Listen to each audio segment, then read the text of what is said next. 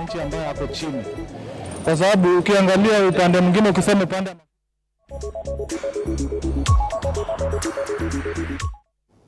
Kunradhi mtazamaji kwa taarifa hiyo, kidogo ina itilafu ya sauti. Lakini tukiachana na taarifa hiyo, kwa sasa tunaangazia taarifa nyingine ambapo kinara wa chama cha Green Thinking Action Isaac Kalua Green sasa amesema kuwa serikali kuu na zile za kaunti hazipi kipaumbele mvua kubwa ya El Nino inayotarajiwa. Akizungumza na wanahabari amesema kuwa ingawaje wameonywa na idara ya hali ya anga kuhusu mvua hiyo, serikali haichukulii jambo hili kwa kina na dharura. Ametaka serikali zote zifanye hima na kuweka mikakati ili kuzuia uharibifu utakaotekelezwa na mvua hizo.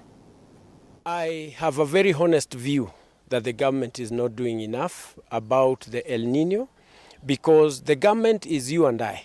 The government is each one's responsibility to be taken up. There needs to be more awareness. There needs to be information on the challenges that are expected. There needs to be awareness on what crops need to be done.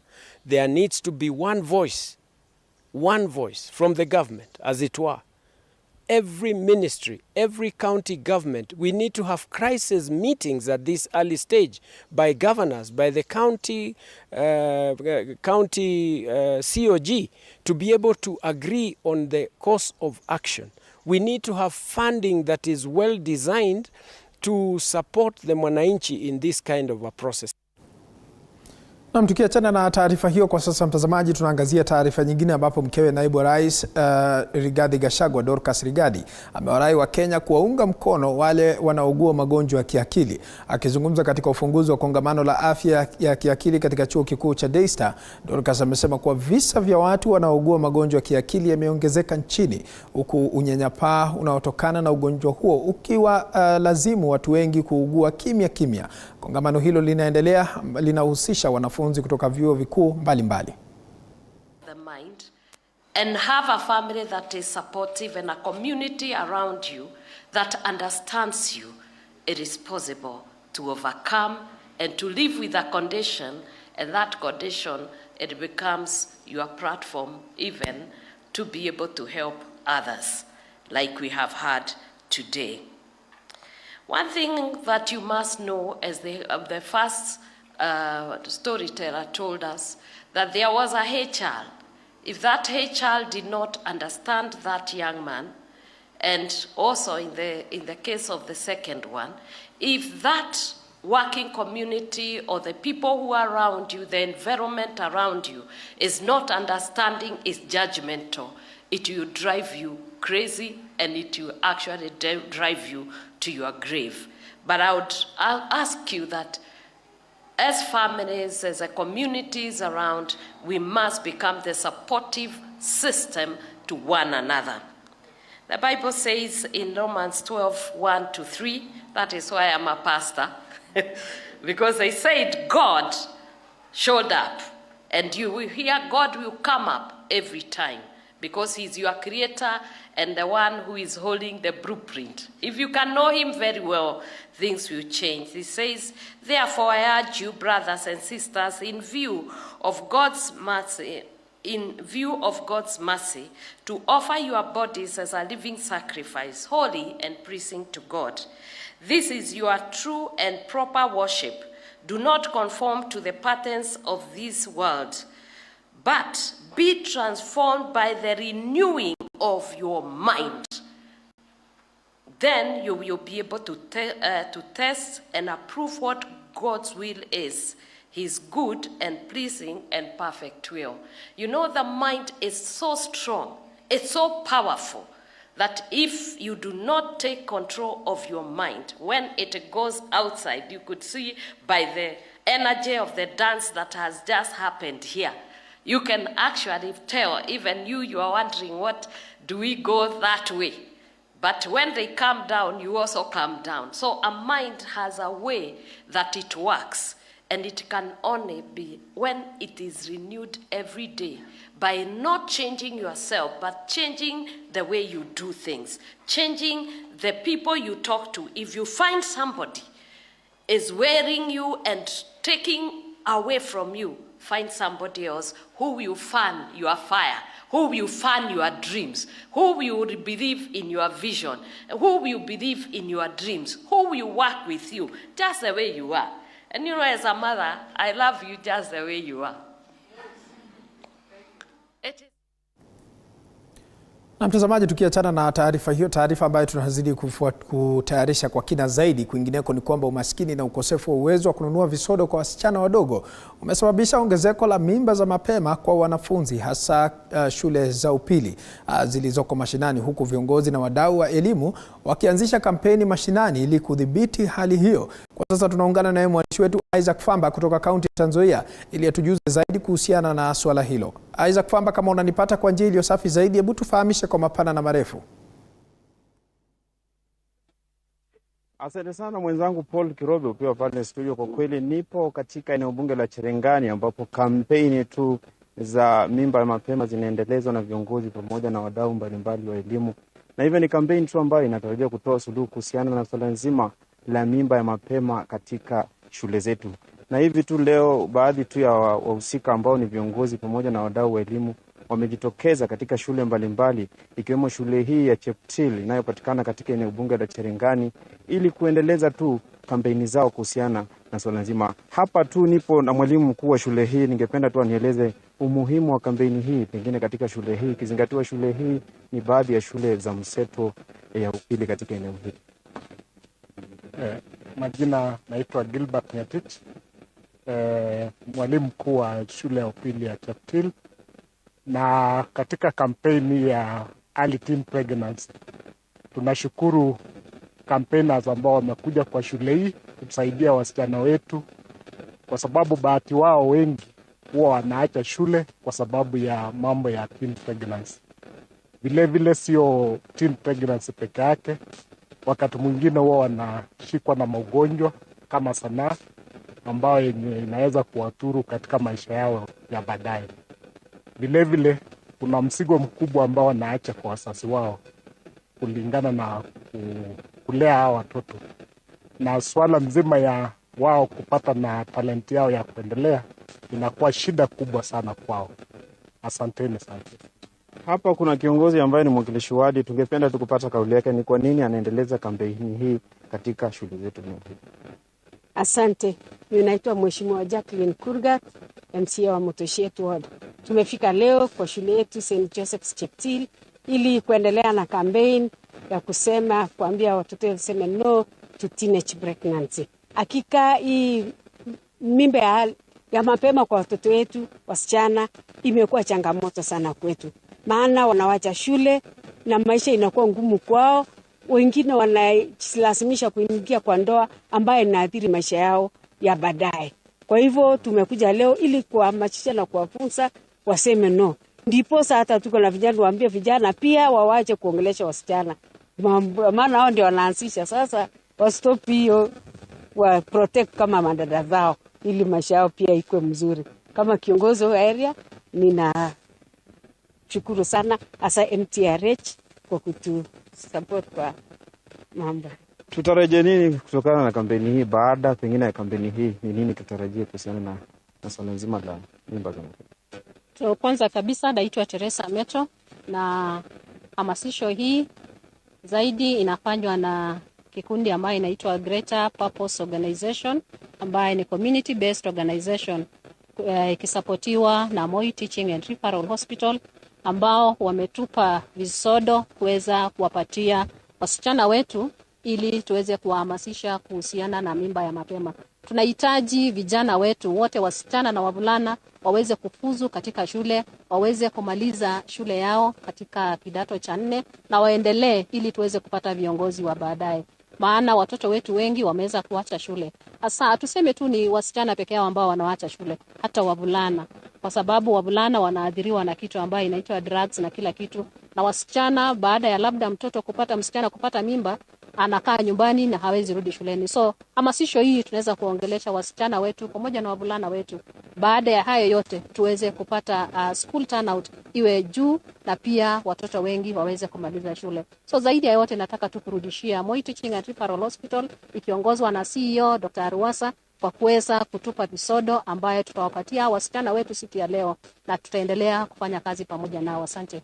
Kirobi, pengine mwisho tu, wewe Chemos kama kijana unaona nini serikali inafaa kufanya nini so that imalize hii mambo ya early pregnancy?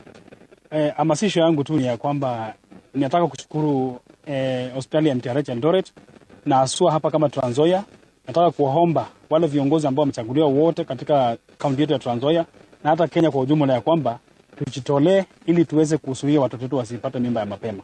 Kwa hivyo yangu ni kusema tu ya kwamba hata kama wewe ni mtu fulani ambaye uko na uwezo, unaona ya kwamba unaweza saidia jamii ama wanafunzi mahali, ujitolee, kwa sababu sisi pia ni watu ambao tumejitolea na tulitengeneza urafiki pamoja na MTRH na tumeenda tukaomba hizi sanitary na wametupatia, na that's why tuko hapa na tumeshirikiana pamoja na MCA wa area hii ambaye ni Kurgat. Pia tunataka kumshukuru na pia tunamuomba next time tukikuja hapa tuje na viti ya pia kusaidia wale vijana. Asanteni sana.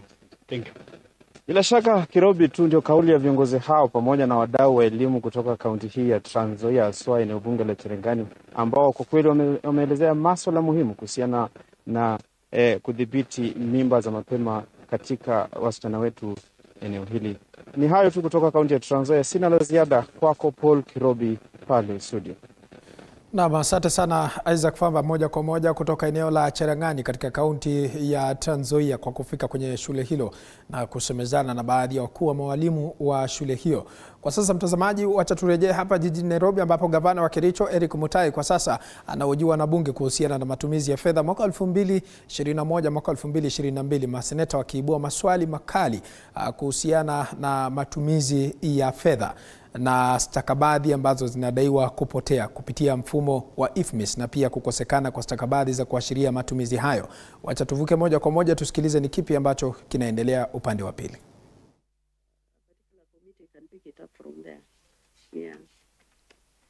Okay, I think take that you have the advantage your senator is a leader of majority, so that petition would definitely be prioritized if it came to the Senate. Pending bills, or you wanted to make a comment on number 5? No, Chair, just the number 6 pending bills. Number 6, just yes. To make a summary of it, yep, with your permission. And the issue really is, there is a regulation 41 sub 2 in the Public Finance Management County Government Regulations 2015, which requires that pending bills should be a first charge at the commencement of the financial year.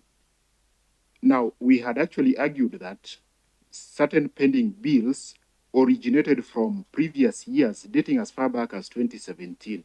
Now, the response given by the county is that they have since cleared the previous period spending bills. And our point is that we are keeping in view this matter so that in the upcoming audit of the financial statements of financial year 2022-2023, we can confirm the correctness of these from the list of the pending bills that will be given to us at that time.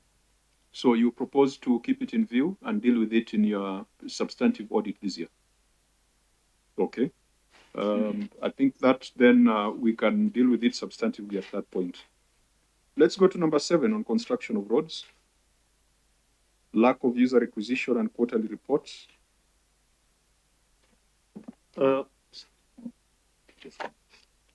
Yeah. Maybe just read the findings so that we understand it. Yeah, this particular query was based on the maybe section 114 sub 6 of the Public Procurement and Disposal of Assets Act, which requires that user departments should actually prepare quarterly reports. This is actually for control purposes. The annexes that were given to us, 9A and 9B, actually had requisitions from the user department. And also at Annex 9B, there is an annual progress report. But be that as it may be, we were actually saying that the users should conform to the requirement of that section 114 sub 6 to be preparing quarterly reports. Yeah. Governor? I agree with the auditor, and going forward, what we have done is to strengthen monitoring and evaluation of all our projects in the county. I have established a very vibrant county delivery unit, which is in place now, and going forward will be helping us to do those quarterly monetary evaluation and reporting on the same. Okay, so because before you do your procurement plan, it has to be prompted by certain things, a budget, need. Idea, need. Then it becomes part of your annual development plan. Then it becomes part of your budget. Then you do the procurement plan. So it looks like you skipped certain steps. So we hope that that can be corrected going forward. Okay.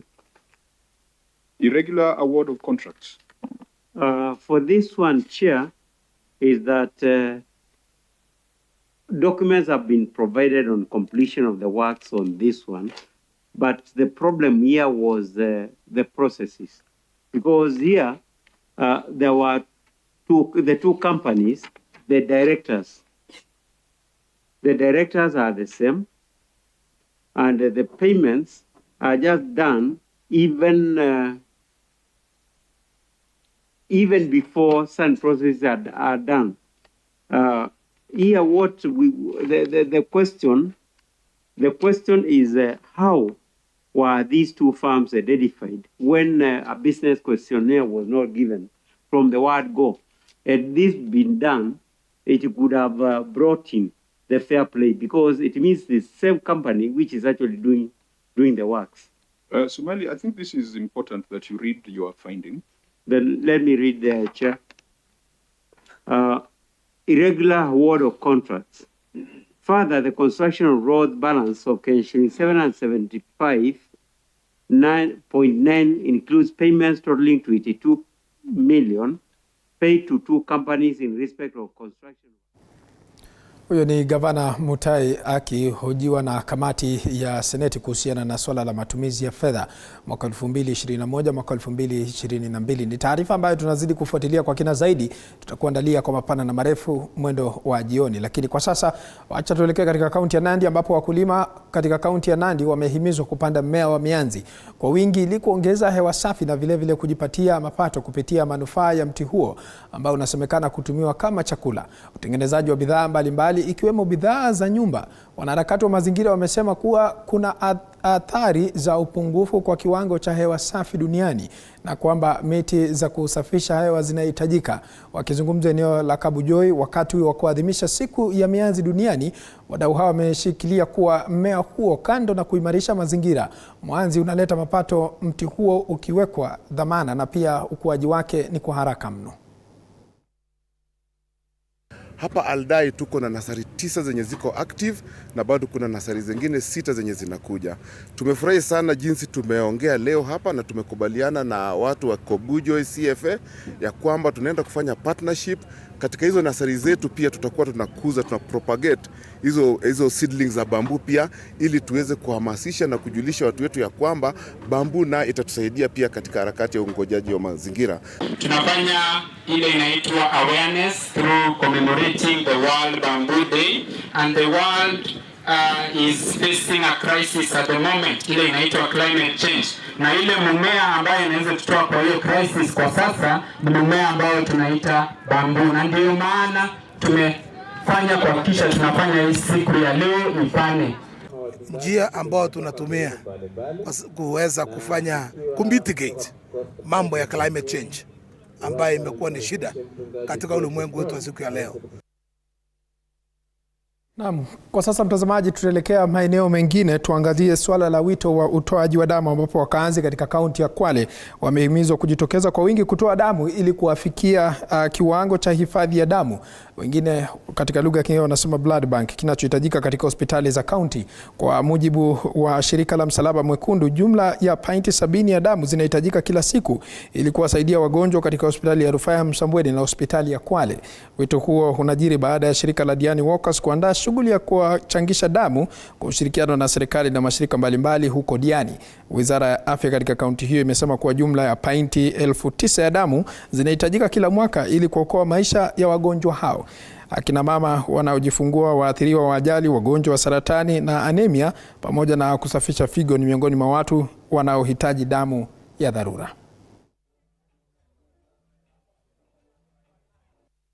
Target tu ya leo itakuwa ni half of the capacity ya ile blood bank. Kulingamana na ile mikakati ambayo kwamba tunafanya za department kupitia coordinators wetu wa blood bank yetu ya Kwale, tunajaribu, lakini kusema kweli bado tunahitaji mikakati kama hii, na community yetu pamoja na mashirika yaweze kujitokeza kutusaidia katika kufanikisha zoezi hili.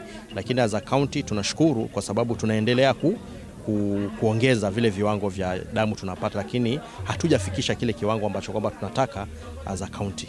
Na kitu ambacho tumekiona si ile faida yake si kutoa damu peke yake, lakini pia tumeona watu wanajua ama wanajuana zile blood groups. Kwa hiyo inakuwa rahisi endapo kesho mmoja hatahitaji damu, inakuwa rahisi kumtrace mwenzake ambayo ana ile blood group ya damu ambayo anahitaji. Vile vile wananchi wamekuwa na